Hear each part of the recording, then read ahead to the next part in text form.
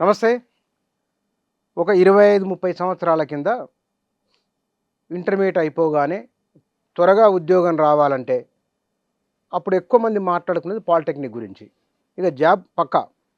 25 సంవత్సరాలు, 30 ఏండ్ల లోపే జీవితంలో స్థిరపడే అవకాశం దొరుకుతని ఒక నమ్మకం ఉండేది.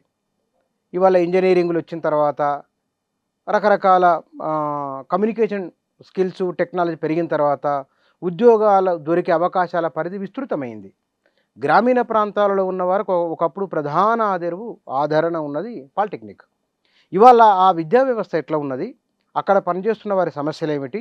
ఇప్పటికీ ఆ పాలిటెక్నిక్ ఉపయోగించుకుంటే గనక అది ఏ రకాల ఉద్యోగ ఉపాధి అవకాశాలను కల్పించగలవు? తో పాటుగా అక్కడ పనిచేస్తున్న టీచింగ్ చేస్తున్న అధ్యాపకులు, ఉపాధ్యాయులు వారికి ఉన్న సమస్యలేమిటో మనం తెలుసుకుందాం. మన దగ్గర పాలిటెక్నిక్ ఉద్యోగుల సంఘ నాయకులు శ్రీరామ్ గారు ఉన్నారు. వారితో మాట్లాడదాం. శ్రీరామ్ గారు నమస్కారం. నమస్తే అన్న. నా పేరు శ్రీరామ్ అన్న.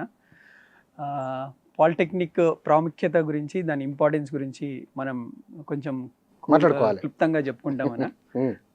అన్న, నేను 2003 నుంచి 2006 వరకు పాలిటెక్నిక్ విద్యార్థిని.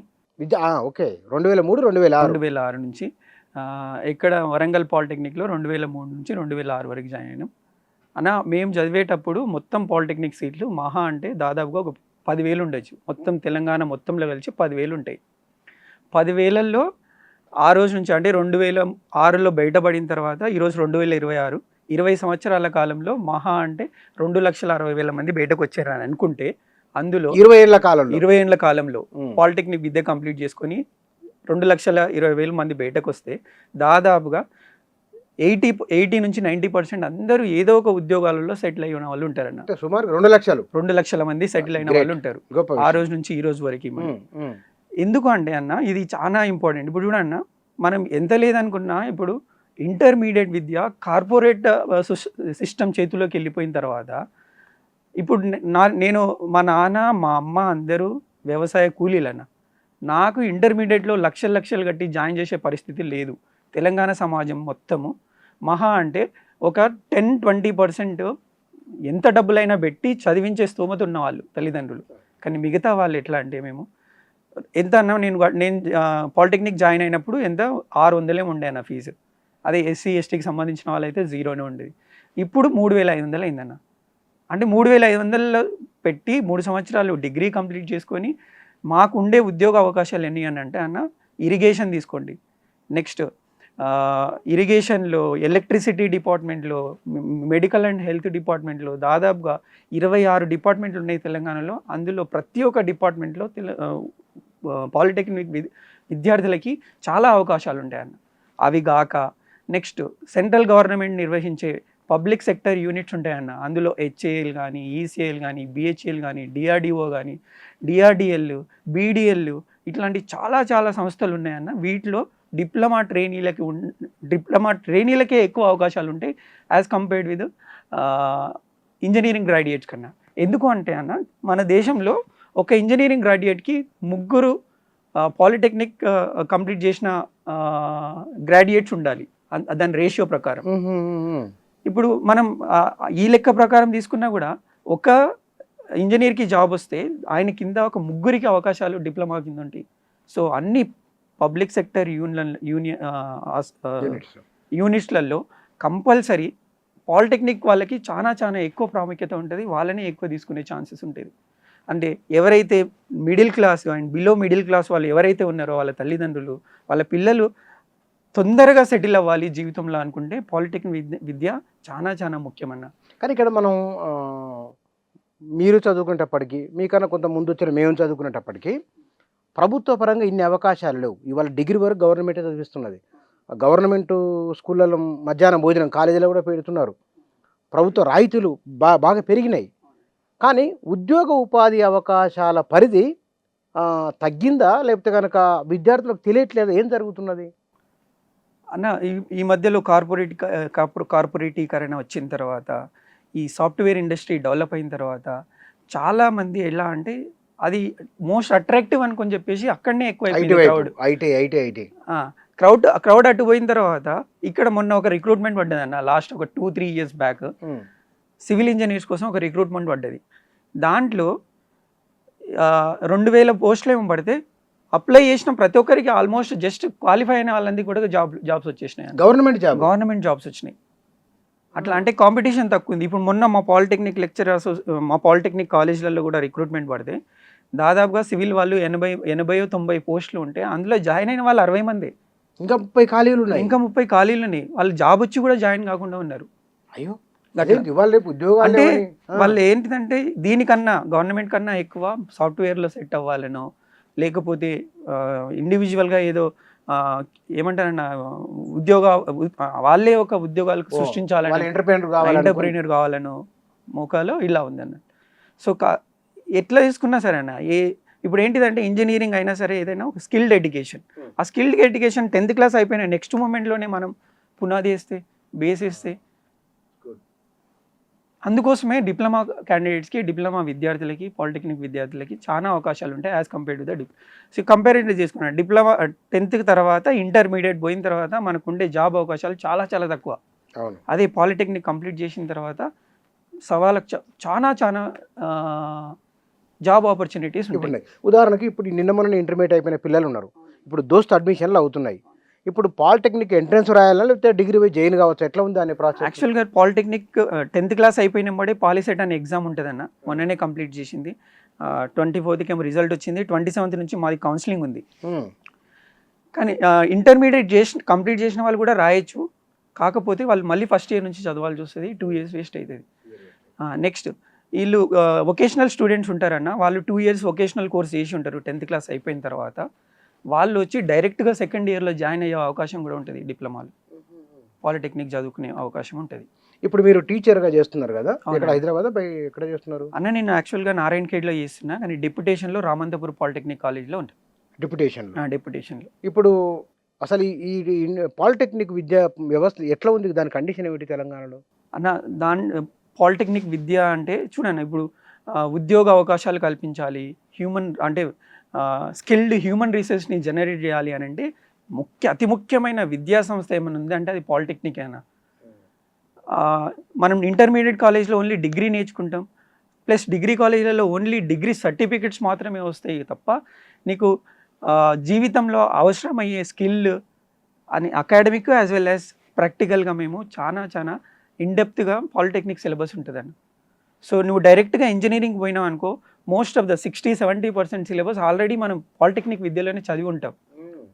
సో కాబట్టి వీళ్ళకు ఎక్కువ ఇంజనీరింగ్ కాన్సెప్ట్స్ అండి. ఇంజనీరింగ్ అంటేనే సొసైటీకి ఏదైనా ప్రాబ్లం ఉంటే ఆ ప్రాబ్లమ్ని తీసుకొని మనం దానికి ఒక సొల్యూషన్ చూపించాలన్న.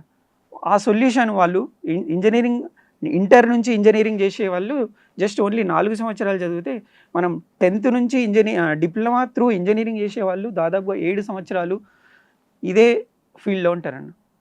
సో కాబట్టి వీళ్ళకి విషయ పరిజ్ఞానం చాలా ఎక్కువ ఉంటుంది. మాది ఒకటేంటిదంటే బాగా డబ్బులుండి కార్పొరేట్ విద్యని అవకాశంగా అందులో సస్టైన్ అవ్వగలే వాళ్ళు ఏదైనా ఇంజనీరింగ్ కాన్సెప్ట్స్ మ్యాథమెటిక్స్ మీద లింక్ అయి ఉంటాయన్న. సో మ్యాథమెటిక్స్ మా డిప్లొమాలో కొంతవరకు తక్కువ ఉంటుంది, ఇంటర్మీడియట్ వాళ్ళకి ఎక్కువ ఉంటుంది. ఇది ఒక్కటే తేడా తప్ప మిగతా అన్ని విషయాలలో పాలిటెక్నిక్ విద్య చాలా ఉన్నతమైనది. ఇప్పుడు చాలామంది ఏమనుకుంటున్నారంటే అమెరికా వెళ్ళాలి, ఆస్ట్రేలియా వెళ్ళిపోవాలి అని, డాలర్లు సంపాదించాలి, మంచిది ఆ కోరిక ఉండడం. వాళ్ళకంటే ఇక్కడ పాలిటెక్నిక్ కంప్లీట్ చేసిన వాళ్ళు సుఖప్రదమైన జీవితాన్ని గడుపుతారంటే అది అంగీకరించవచ్చు ఆ ప్రశ్న అన్న? ఇట్లా మాకు ఎట్లా అంటే మాకు డ్యూయల్ అడ్వాంటేజ్ ఉంటుంది అన్న పాలిటెక్నిక్ చేసే వాళ్ళకి. ఎందుకంటే నీకు వెళ్ళే స్తోమత ఉంది, విదేశాలు వెళ్ళే స్తోమత ఉంది అని అంటే నువ్వు డిప్లొమా తర్వాత ఇంజనీరింగ్ చేయొచ్చు, ఇంజనీరింగ్ తర్వాత మాస్టర్స్ కోసం నువ్వు అబ్రాడ్ కూడా వెళ్ళిపోవచ్చు. మాకు ఎట్లాంటి ఆటంకాలు లేవు. ఓన్లీ ఇంటర్మీడియట్ నుంచి ఇంజనీరింగ్ పోయిన వాళ్ళే అట్లా విదేశాలకు వెళ్ళి చదువుకునే అవకాశం ఉందని లేదు. మా పాలిటెక్నిక్ విద్యార్థులు కూడా పాలిటెక్నిక్ కంప్లీట్ చేసిన తర్వాత ఇంజనీరింగ్ జాయిన్ అవుతారు డైరెక్ట్ సెకండ్ ఇయర్ నుంచి మాస్టర్స్ చేయడానికి చాలామంది మా డిప్లొమా స్టూడెంట్స్ కూడా అబ్రాడ్లలో మాస్టర్స్ చేసి అక్కడే సెటిల్ అయిన వాళ్ళు చాలామంది ఉన్నారు. ఇప్పుడు ఈ మధ్యలో ఏమైంది అంటే అన్న, డిప్లొమా నుంచి జాబ్ చేయడం కన్నా మాకు డిగ్రీ తర్వాతనే జాబ్ చేస్తాం అని అనుకునే విద్యార్థుల సంఖ్య ఎక్కువైపోయింది. అందుకోసమే వాళ్ళు ఏం చేస్తున్నారు, నీకు అవకాశాలు ఇప్పుడు మొన్న మా దాంట్లో రిక్రూట్మెంట్ అయితే రామంతపూర్ పాలిటెక్నిక్ కాలేజ్లో డిప్లొమా కంప్లీట్ అయితే వాళ్ళకి 17-18 years ఉంటాయి అన్న. 18 ఇయర్స్ కంప్లీట్ అయిన నెక్స్ట్ మూమెంట్లో వాళ్ళకి 4 లక్షల ప్యాకేజ్ ఉంటుంది. రిక్రూట్మెంట్ అయ్యారు. ప్రైవేట్ ఇండస్ట్రీస్లో కూడా రిక్రూట్ చేసుకుంటున్నారు మా వాళ్ళని. అక్కడ రిక్రూట్ అయ్యి అక్కడ జాబ్ చేసుకుంటూ అక్కడ ఎక్స్పీరియన్స్ వస్తుంది. పార్ట్ టైమ్గా డిగ్రీ కూడా కంప్లీట్ చేసుకోవచ్చు. అట్లాంటి వర్కింగ్ ప్రొఫెషనల్స్ కోసము Osmania university, JNT university courses కూడా కండక్ట్ చేస్తుంది లాస్ట్ 2 సంవత్సరాల కాలంలో. సో నాకు డిసడ్వాంటేజ్ ఏం లేదన్న. మేము విదేశాలకు వెళ్ళి చదవలేరు డిప్లొమా స్టూడెంట్స్ అని ఏం లేదు అక్కడ. అట్లా మా వాళ్ళు కూడా వెళ్ళే అవకాశాలు ఉన్నాయి. చాలామంది వెళ్తున్నారు కూడా అలా. కానీ గవర్నమెంట్లు కూడా అంటే ఈ ప్రభుత్వం వచ్చిన తర్వాత స్కిల్ డెవలప్మెంట్ అని పాలిటెక్నిక్ గురించి మాట్లాడుతున్నారు అక్కడక్కడ. కానీ ప్రభుత్వాలు కూడా ఎందుకు ఈ విద్య గురించి గడిచిన 20 ఏళ్ళుగా పట్టించుకోవడం మానేసిన కారణం ఏంది అన్న? ఈ విషయంలో కొంచెం 2 విషయాలన్న. ఇప్పుడు ఐటీఐలు ఉన్నాయన్న, అవి skill only just skill create చేస్తుంది స్టూడెంట్స్కి. కానీ పాలిటెక్నిక్ అట్లా కాదు.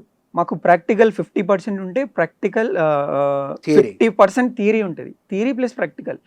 వాళ్ళు ఎట్లా అంటే జస్ట్ ఓన్లీ 80% మొత్తం ప్రాక్టికల్ మీదనే ఉంటుంది. థియరీ జస్ట్ ఓన్లీ నార్మల్గా 20% చదువుకుంటారు. ఐటీఐ వాళ్ళని పాలిటెక్నిక్ వాళ్ళని ఒకటే ఘాటి గట్టలేమన్న ఈ విషయంలో. మనం అందుకోసమే ఆంధ్రప్రదేశ్ గవర్నమెంట్ ఏం చేసిందంటే ఫస్ట్ డిప్లొమా కాలేజ్ వాళ్ళని ఐటీఐలో కలిపే ప్రయత్నం చేసింది. కుదరక వాళ్ళని డిప్లొమా కాలేజీలన్నింటినీ హైయర్ ఎడ్యుకేషన్ కిందనే రన్ చేస్తుంది ఇప్పటికి ఈ రోజుకి కూడా. సో కాబట్టి మేము ఎట్లా అంటే మేము అకాడమిక్ ప్లస్ ఇప్పుడు డైరెక్ట్గా వీళ్ళు ఎవరు ఐటీఐ వాళ్ళు ఇంజనీరింగ్ వెళ్ళి చదువుకునే అవకాశాలు తక్కువ ఉండే అన్న. కానీ మా పాలిటెక్నిక్ విద్యార్థులు కంప్లీట్ అయిన తర్వాత సేమ్ ఇంటర్మీడియట్ నుంచి వచ్చి ఎట్లయితే ఇంజనీరింగ్ చదువుకుంటారో మా వాళ్ళు కూడా అలానే ఇంజనీరింగ్ చదువుకునే అవకాశాలు చాలా ఎక్కువ ఉన్నాయి. సో కాబట్టి స్కిల్ యూనివర్సిటీ మంచిదే అన్న. ఇట్లాంటి రెవల్యూషనరీ థాట్స్, ఇట్లాంటి కొత్త కొత్త సంస్కరణలు ప్రభుత్వాలు మంచి ఉద్దేశంతో తీసుకొచ్చినా కూడా కొన్ని ఐటీఐని డిప్లొమాని ఒకటే ఘాటిని కట్టలేము, కడితే కొంచెం డిసడ్వాంటేజెస్ ఉంటాయి అని చెప్పేసి. ఎందుకంటే మేము మంచి స్కిల్డ్ అండ్ ప్రొఫెషనల్ లీడర్స్ని క్రియేట్ చేసేది విద్యాసంస్థలు పాలిటెక్నిక్. ప్లస్ వాళ్ళు ఓన్లీ స్కిల్ మీదనే డిపెండ్ అవుతారు. ఇప్పుడు ఎట్లా అంటే ప్లంబర్స్, ఎలక్ట్రీషియన్స్, ఫిట్టర్స్ ఇట్లాంటి వాళ్ళని వాళ్ళు ప్రొడ్యూస్ చేస్తారు ఐటీఐ వాళ్ళు. మేమేమో డిప్లొమా అంటే జూనియర్ ఇంజనీర్స్, సూపర్వైజర్స్ అంటే ఇట్లాంటి టైప్ ఆఫ్ ఉద్యోగ అవకాశాలను మేము క్రియేట్ చేస్తాం. ఇప్పుడు స్కిల్డ్ లేబర్ అండ్ సూపర్వైజర్ ఒకటి కాదు కదండి. సో అందుకోసమే ఐటీఐలని డిప్లొమాలని కలపడం ఒకటే యూనివర్సిటీ కింద తీయడం కూడా కరెక్ట్ కాదని అందుకోసమే ఆంధ్రప్రదేశ్లో హైయర్ ఎడ్యుకేషన్ కిందనే ఇంకా రన్ అవుతున్నాయి పాలిటెక్నిక్ విద్యా సంస్థలు. ఓకే, ఇప్పుడు మీకు ఎన్ని సంవత్సరాల వయసులో గవర్నమెంట్ జాబ్ వచ్చింది మీరు పాలిటెక్నిక్ చేసిన కారణంగా? నేను పాలిటెక్నిక్ 2006లో నా పాలిటెక్నిక్ కంప్లీట్ అయిన తర్వాత 3 years ఇంజనీరింగ్ కంప్లీట్ చేసుకున్నా. ఇంజనీరింగ్ అయిన నెక్స్ట్ మూమెంట్లో 2009 ఏప్రిల్లో పాస్ అయిన తర్వాత 2009 డిసెంబర్లోనే నాకు హిందుస్థాన్ ఏరోనాటిక్స్ లిమిటెడ్ జాబ్ వచ్చిందని. దాంట్లోనే జూనియర్ ఇంజనీర్ చదువు కంప్లీట్ కావడంతోనే జాబ్ వచ్చింది. అది మళ్ళీ డిప్లొమా తోటి జాబ్ వచ్చిందన్న. Very good. అయితే నేను ఆ రోజు నుంచి డిప్లొమా అక్కడ నుంచి 2009 నుంచి 2013 వరకు హిందుస్థాన్ ఏరోనాటిక్స్ లిమిటెడ్లోనే వర్క్ చేసిన. దాని తర్వాత పాలిటెక్నిక్ లెక్చరర్స్ పడితే ఏపీపీఎస్సీ నుంచి అక్కడ జాబ్ కొట్టి దానికి రిజైన్ చేసి ఇక్కడికి వచ్చానన్న. ఇట్లనే నా ఫ్రెండ్సే అన్న, నాతో పాటు డిప్లొమా చదివిన మా వాళ్ళందరూ. అది పెద్ద జాబ్ కదా? అది పెద్ద జాబ్ కానీ కాకపోతే నేను ఇప్పుడు తెలంగాణలో ఉండాలి, తెలంగాణ అనే దాంతో కొంచెం ఉద్యమంలో కూడా ఉస్మానియా యూనివర్సిటీలో నాన్ బోర్డర్గా ఉండే అన్న. సో రాసుకుంటూ చదువుకుంటూ అట్లనే ఉండే సందర్భంలో వచ్చిందని వచ్చేసినాను.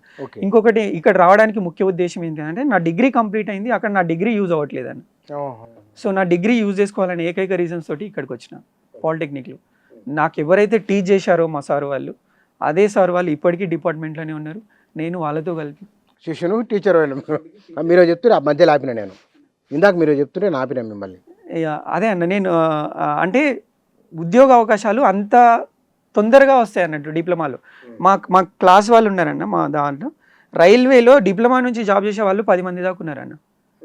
బిఎస్ఎన్ఎల్లో జేటీవల్గా పనిచేసిన వాళ్ళు ఒక 4-5 ఉన్నారన్న. ఓన్లీ మా క్లాస్కి సంబంధించిన వాళ్ళే. మా దాంట్లో 60 మంది ఇంటేక్ ఉంటే 60 మందిలో 50 మందికి పైగా గవర్నమెంట్ జాబ్లలోనే ఉన్నాం. అది డిప్లొమా తోటే ఉన్నారు చాలా వరకు. స్కేల్ బాగుంటుందా?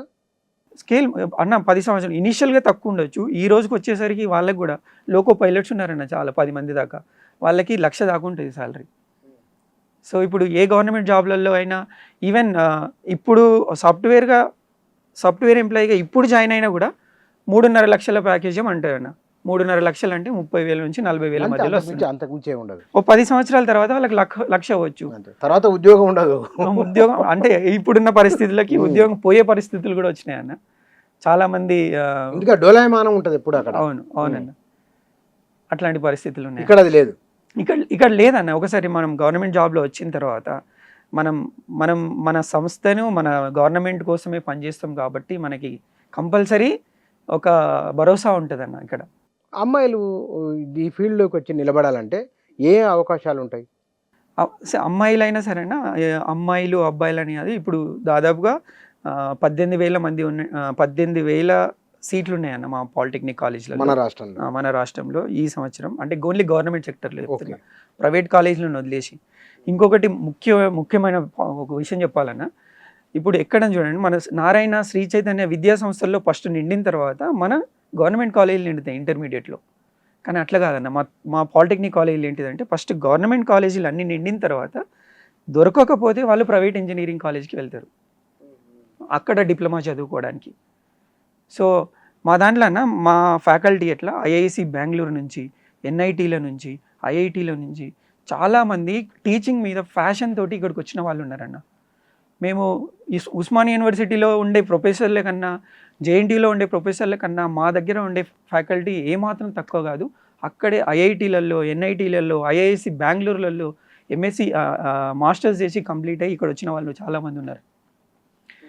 ఇంకా చాలామంది ఏఈలుగా ఉన్న వాళ్ళు, మెట్రోపాలిటన్ వాటర్ బోర్డ్ మేనేజర్గా ఉన్న వాళ్ళు, ఏపీ జెన్కోలో ఉండేవాళ్ళు, ట్రాన్స్కోలో ఉండేవాళ్ళు, ప్రతి ఒక్కరు ఇక్కడికి వచ్చి జాయిన్ అయ్యారన్న.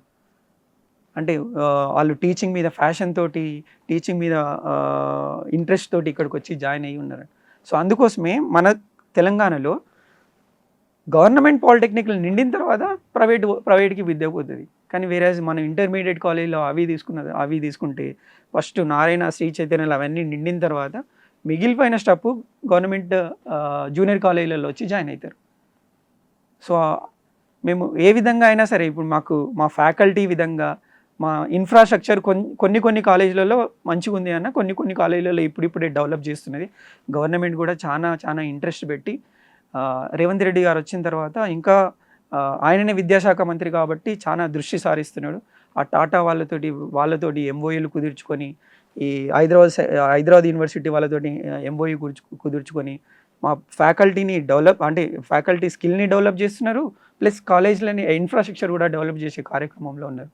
సో ఎంతోమంది అన్న, ఇప్పుడు మేము అంటే మా కాలేజీల నుంచి ప్రొడ్యూస్ అయ్యే 100 మంది ఉన్నారనుకో, 90 మందికి జాబ్ అవకాశాలు కల్పిస్తున్నాం అన్న మేము. 90% మందికి.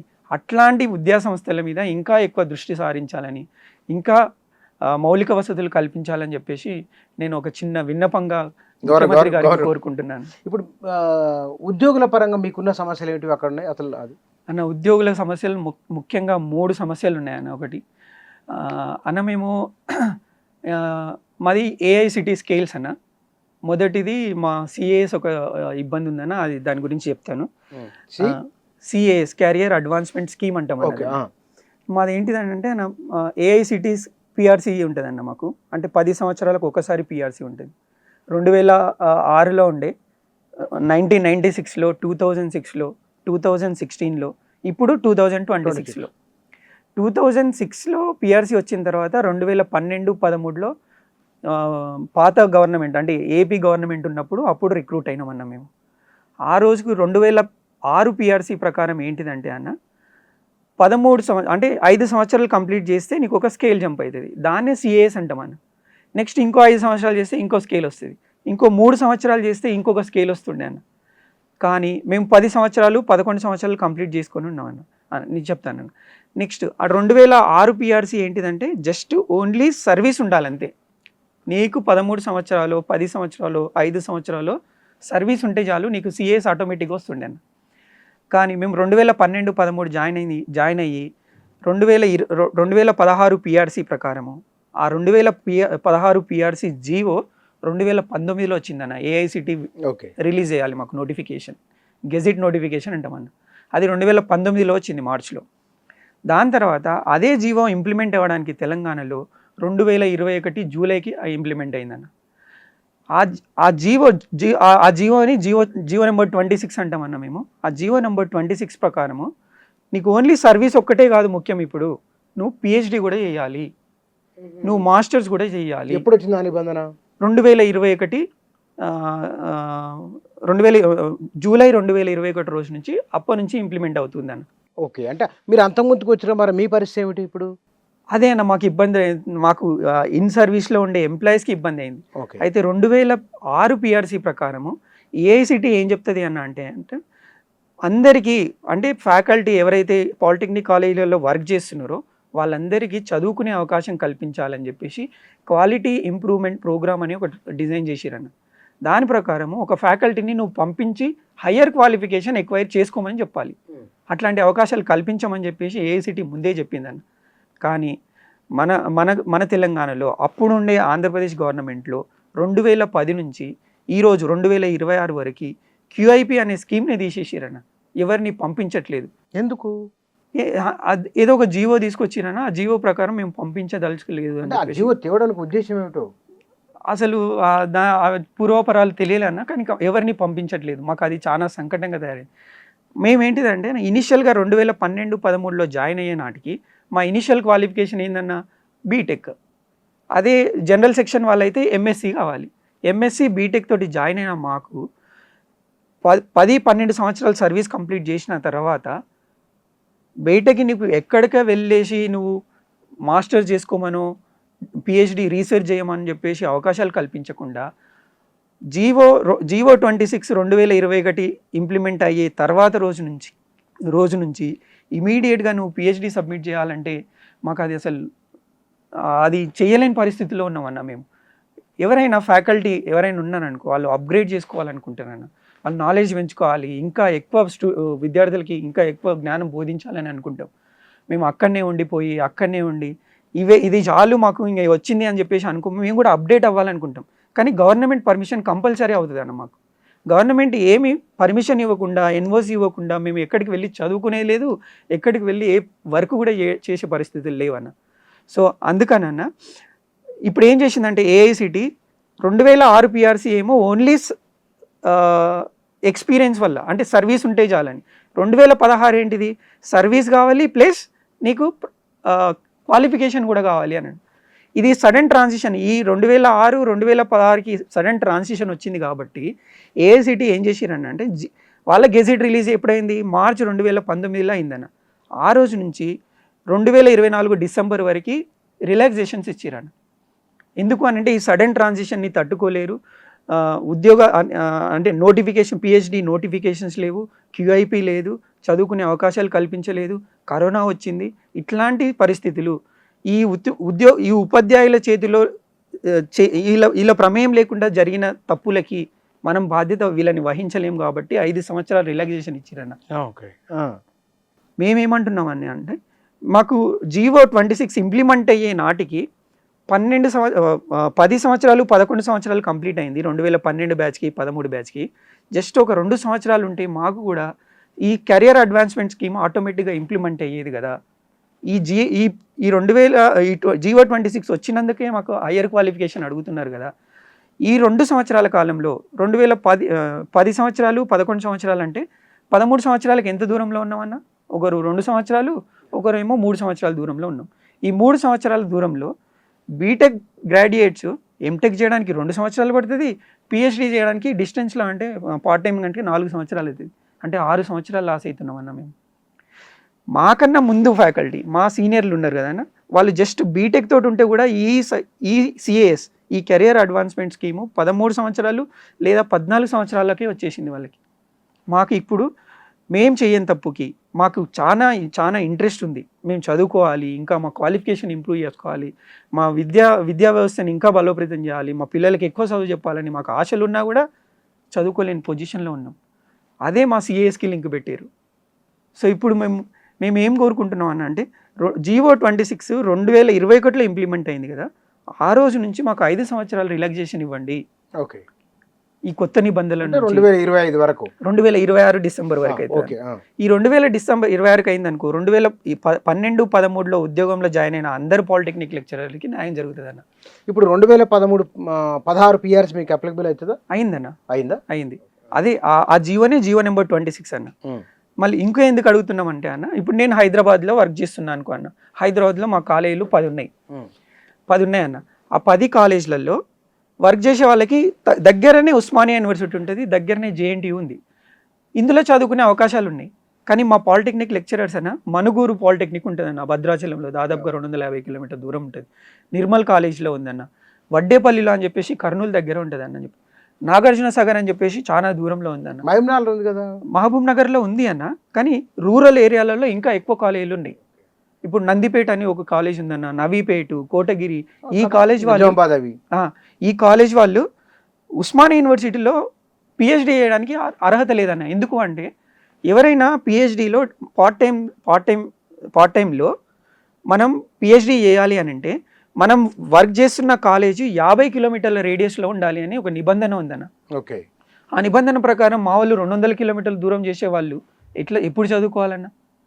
మేము ఓన్లీ హైదరాబాద్లో ఉండే 10 కాలేజీలలో జస్ట్ ఓన్లీ ఒక 100 మంది ఉన్నాం అనుకో, మిగతా 350 మంది మా పాలిటెక్నిక్ లెక్చరర్స్ అంటే గ్రామీణ ప్రాంతాల్లో పనిచేస్తున్నారన్న. వాళ్ళకి చదువుకోవాలని ఉంటుంది. నేను ఒకటేసారి కాలేజీలో జాయిన్ అయినాం, ఒకటే రిక్రూట్మెంట్లో జాయిన్ అయినాం, ఒకటే స్కేల్ తీసుకున్నాం, ఒకటే సర్వీస్ ఉంది. నాకేం ₹1,00,000 వచ్చేసి ఆయనకి 50,000 జాబ్ వస్తే ఎంత అన్యాయం అన్న? ఈ డిస్పారిటీస్ని ఓవర్కమ్ చేయడానికి, వీటిని మాకు అన్యాయం జరగకుండా చూడడానికి 2012-13లో జాయిన్ అయిన ఫ్యాకల్టీకి వాళ్ళకొక్కరికే ప్రాబ్లం అన్న, డిపార్ట్మెంట్లో ఎవరికీ లేదు. వీళ్ళకి చేయడం వల్ల ఎవరికి అబ్జెక్షన్స్ కూడా ఉండవు. అందుకోసమే 2021 నుంచి 2026 డిసెంబర్ అంటే అక్కడి నుంచి 5 సంవత్సరాలు రిలాక్సేషన్ కావాలని గవర్నమెంట్కి మేము 7 సంవత్సరాల నుంచి కోరుకుంటున్నాం అన్న. పలు గత గవర్నమెంట్ ఈ గవర్నమెంట్ కేసీఆర్ సార్ దగ్గర టేబుల్ వరకు పోయింది, చివరికి గవర్నమెంట్ ఫామ్ అయింది. ఈ మారిన తర్వాత కూడా మేము కొండా సురేఖ మేడంని కలిసినాం, దాని తర్వాత శ్రీధర్ బాబు సార్ని కలిసినాం, పొంగులేడి శ్రీనివాసరెడ్డి సార్ని కలిసినాం, జూపల్లి సార్ని కలిసినాం, చాలా మందికి చెప్పి అంటే మేము ఇప్పుడు విద్యాశాఖ మంత్రిని కలవలేము కదన్న. సో కాబట్టి మిగతా అందరిని కలిసి మా అడ్లూరి లక్ష్మణ్ సార్ని కలిసినాం, సార్ ఒక లెటర్ కూడా పంపిస్తా అని చెప్పాడు. దాని తర్వాత వేం నరేందర్ రెడ్డి సార్ని కలిసినాం. మరి ఇంకేం ఎవరిని ఇంకా సీఎంని కలిసినట్టే ఆయన కలిస్తే ఆయనకు కలిసినాం, కానీ అది డిస్కషన్కి రావట్లేదన్న. అన్యాయం జరుగుతుంది. ఇప్పుడు మాకు అక్టోబర్లో మాకు స్కేల్ ఇంప్లిమెంట్ కావాలి. ఇంకొక మాట చెప్తాను, సిఏఎస్ అనేది ఉద్యోగులకు ఎందుకు ఇస్తారని అంటే, ఇప్పుడు చూడన్న ఒక 100 లెక్చరర్లు ఉన్నాయనుకో, ఓన్లీ 5 ఒక 10-20 హెచ్ఓడి పోస్టులు ఉంటాయన్న. ఇప్పుడు 100కి 100 మంది హెచ్ఓడీలు అయితే ఏం ప్రాబ్లం ఉండదు, కానీ 100లో ఓన్లీ 10 మంది అవుతారు. మిగతా 90 మందికి ఈ ప్రమోషన్ల వల్ల ఆయన ముందుకు పోయిండు, వీళ్ళకి 5 సంవత్సరాలు చేసినా 10 సంవత్సరాలు చేసినా అదే స్కేల్లో ఉంటారు. కాబట్టి ఇది అన్యాయం జరుగుతుంది అని చెప్పేసి పిఆర్సీలో ఏం చేస్తారంటే సిఏఎస్ అని పెడతారు, క్యారియర్ అడ్వాన్స్మెంట్ స్కీమ్ అని చెప్పేసి. నీకు ప్రమోషన్ రాకపోయినా నువ్వు జీవితంలో ముందుకు పోవాలి అని చెప్పేసి ఉద్దేశంతో పెడతారు. ఈ ఉద్దేశానికి మా హయ్యర్ క్వాలిఫికేషన్ డిగ్రీని యాడ్ చేస్తే ఎట్లా అన్న? ఇది చాలా అన్యాయం అన్న. మా ముఖ్యమంత్రి గారికి మీ నుంచి మేము చాలా వేడుకుంటున్నామన్నా, మా విద్యా వ్యవస్థ కోసం ముఖ్యమంత్రి గారు చాలా కేర్ తీసుకుంటున్నారు. మా దాంట్లో మొత్తం 1500 మంది లెక్చరర్స్ ఉంటారన్న, అందులో 450 మంది మేమే. అంటే దాదాపుగా 30-40%కి అన్యాయం జరుగుతుంది. కాబట్టి సగం మంది పెద్ద మనసుతోటి ఈ మాకు ఒక్కరికి 2021 నుంచి 5 సంవత్సరాలు జీవో ఇంప్లిమెంట్ అయ్యే నాటి నుంచి 5 సంవత్సరాలు రిలాక్సేషన్ కావాలని కోరుకుంటున్నాను. కానీ ఇక్కడ మీకు హెచ్ఓడి ఎవరు మీ దానికి, మీ డిపార్ట్మెంట్కు? మాకు కమిషనర్ ఉంటారన్న, మా కమిషనర్ ఆఫ్ టెక్నికల్ ఎడ్యుకేషన్లో దేవసేన మేడం గారు ఉన్నారు. మాకు ప్రిన్సిపల్ సెక్రటరీ ఏమో యోగితారా అన్న మేడం ఉంటారన్న. మరి వాళ్ళ దృష్టికి పోయింది అన్న, మేము వాళ్ళ దృష్టికి, మా కమిషనర్ గారి దృష్టికి తీసుకెళ్లిన సందర్భంలో మా కమిషనర్ గారు చాలా క్లియర్గా రాశారన్న. ఈ 2006 వాళ్ళు ఒక టేబుల్ వేసి చాలా క్లియర్ కట్గా ఎక్స్ప్లెయిన్ చేసి, 2006లో పిఆర్సీ వస్తే ఎట్లుంటుంది, 2016లో పిఆర్సీ వచ్చినందుకు వీళ్ళకి జరుగుతున్న అన్యాయాన్ని చాలా క్లియర్గా రాసి పంపించింది అన్న. ప్రిన్సిపల్ సెక్రటరీ మాకు లేదు, మా కమిషనర్ గారు దేవసేన మేడం గారు. అయితే హైయర్ ఎడ్యుకేషన్లో ఏం చెప్పారంటే క్లియర్ కట్ రికమెండేషన్స్ పంపించమని అన్నారు. మీరు ఇవ్వాలా లేదా చెప్పండి అని అంటున్నారు. కానీ మా మేడం గారు వీళ్ళకి అన్యాయం జరుగుతుందని చెప్పారు. అది పంపొచ్చు కదా, పంపారన్న, దాని మీద మెమోస్ కూడా జారీ అయినాయి, పంపారు. కానీ వాళ్ళు హైయర్ ఎడ్యుకేషన్ వాళ్ళు ఏం అడుగుతున్నారంటే clear cut recommendations and recommendations ఉండాలి. ఇవ్వాలా అంటే క్లియర్ కట్ అంటే వీళ్ళకి ఇవ్వచ్చా ఇవ్వద్దా, ఇవ్వద్దని ఇవ్వాలనే కదా రాసింది ఆమె. ఇవ్వాలనే రాసింది కానీ ఇంకా క్లియర్ రికమెండేషన్స్ రాయండి అని చెప్పేసి మళ్ళీ ఒక మెమో జనరేట్ చేశారన్న, అక్కడ ఉంది అన్న. సో చాలా 7 సంవత్సరాల నుంచి వచ్చినాం, అట్లీస్ట్ ఒక చిన్న ప్రయత్నంగా మా బుచ్చన్న గారి వల్లనే కొంచెం గవర్నమెంట్ పోతుందని. మీ వాయిస్ను గవర్నమెంట్కు వినిపించే ప్రయత్నం ఇది. అంటే ఇక్కడ ముఖ్యమంత్రి నిర్ణయం తీసుకోవాలా లేదా వీళ్ళు ఎవరైతే మీ హెచ్ఓడీలు ఉన్నారో వీళ్ళు చొరవ తీసుకొని సార్ ఒక 500 మంది ఎంప్లాయీస్ ఉన్నారు వీళ్ళకు హెల్ప్ చేద్దామని వీళ్ళు చెప్పాలన్నా ఏం చేయాలి? మా ప్రిన్సిపల్ సెక్రటరీ గారు చెప్తే చాలు అన్న. అయిపోతారంటే అవునన్న, మా మేడం గారే, మా ప్రిన్సిపల్ సెక్రటరీ గారే విద్యాశాఖ మంత్రికి నివేదించాలి వీళ్ళకి జరుగుతున్నది అన్యాయం అని చెప్పేసి మా కమిషనర్ గారు చెప్పారు. మా కమిషనర్ గారికి క్లియర్ కట్ రికమెండేషన్స్ అన్యాయం జరుగుతుందని చెప్పారు మా కమిషనర్ గారు. ఇదే రికమెండేషన్స్ మా ప్రిన్సిపల్ సెక్రటరీ గారు అవును వీళ్ళకి 450 మందికి అన్యాయం జరుగుతుందని చెప్పేసి ముఖ్యమంత్రి గారికి ఒక్క మాట చెప్తే చాలు. జస్ట్ ఎగ్జామ్షన్ అన్న, 1 టైం రిలాక్సేషన్ అడుగుతున్నాం మేము, అంతే అంతే. మేము దానివల్ల 450 మందికి న్యాయం చేసిన వాళ్ళం అవుతామన్న. ఈ 450 మంది గ్రామీణ ప్రాంతాలకు సంబంధించిన వారా? ఒకటి సమస్య ఎవరిదైనా పరిష్కారం చేయవలసిందే. ఈ గ్రామీణ ప్రాంతాల నుంచి అంటే వ్యవసాయ కుటుంబాలు, వ్యవసాయ కూలీ కుటుంబాలకి వచ్చిన వాళ్ళే ఉంటారు, లేదా అర్బన్ నుంచి వచ్చిన వాళ్ళు ఎవరు ఉన్నారు అన్న? మీ మాట మీరు అడిగారు, చాలా చాలా సంతోషం అన్న. మేము ఒకసారి మన కొండా సురేఖ మేడం దగ్గర మీటింగ్ పెట్టి ఇదే విషయం చెప్పినామన్న. ఏంటిదనంటే అన్న తెలంగాణ ఉద్యమం అయింది. ఇప్పుడు నేను పాలమూరు నుంచి, మహబూబ్ నగర్ నుంచి. ఎక్కడ మహబూబ్నగర్? మహబూబ్నగర్లో నాది కొల్లాపూర్ దగ్గర జవాయిపల్లి విలేజ్ అన్న. నాది జవాయిపల్లి మండలం, కొల్లాపూర్ మండలం, సింగోటం ఇంతకుముందు ఉండే అన్న గ్రామ పంచాయతీగా ఉండే దేవస్థానం నుంచి అన్న. అక్కడ నుంచి చూడన్న, అక్కడ మా మొత్తం ఫ్యామిలీలో ఫస్ట్ జనరేషన్లో డిగ్రీ చేసిన విద్యార్థి నేనే. నెక్స్ట్ మా ఊర్లోనే ఇంజనీరింగ్ డిగ్రీ కంప్లీట్ చేసింది నేనే, మొత్తం ఊర్లో. మా పాలిటెక్నిక్ లెక్చరర్స్ అందరూ 80% అందరూ ఫార్మర్స్ పిల్లలే అన్న. మేము అందరం చాలా మేము డిగ్రీ చేస్తున్నప్పుడు తెలంగాణ ఉద్యమం చాలా ఉధృతంగా ఉండే అన్న. అప్పటికి మేము సెకండ్ జనరేషన్లు, థర్డ్ జనరేషన్లు అందరూ ఉద్యమానికి దూరంగా జరిగితే మేము ఉద్యమంలో పార్టిసిపేట్ చేసుకుంటూ మా ఆర్థిక పరిస్థితులు, మా అమ్మ నాన్న పరిస్థితులను చూసుకొని కొంచెం చదువుకొని ఏదో విధంగా జాబ్ సంపాదించిన వాళ్ళే ఉన్నారు. కానీ సెకండ్ జనరేషన్, థర్డ్ జనరేషన్ వాళ్ళు లేరన్నది. ఇక్కడ అందరము కూలి పిల్లలం, ఫార్మర్స్, రైతుల పిల్లలు వీళ్ళే ఉంటాం. మళ్ళీ మేము గ్రామీణ ప్రాంతాల్లో సర్వ్ చేస్తున్న మాకు ప్లస్ ఇప్పుడు ఎట్లా అంటే ఏనుగులకి ఎలుకలకి కాంపిటీషన్ పెడితే ఎట్లా అంటే, నేను ఇప్పుడు హైదరాబాద్లో ఉన్నా, నేను అన్ని అవకాశాలు ఉన్నాయి నాకు, నేను ఇక్కడ చేసుకుంటా. కానీ గ్రామీణ ప్రాంతాల్లో వర్క్ చేసే, వడ్డేపల్లిలో వర్క్ చేసే మా పాలిటెక్నిక్ లెక్చరర్స్ పిహెచ్డి ఎప్పుడు చేయాలి, మాస్టర్స్ ఎప్పుడు చేయాలి? ప్రాబ్లం అది కరెక్ట్. ఇప్పుడు ఈ విషయంలో మరి మీరు నేరుగా ముఖ్యమంత్రికి రిక్వెస్ట్ అంటే మరి మీ రిక్వెస్ట్ ఏమిటి?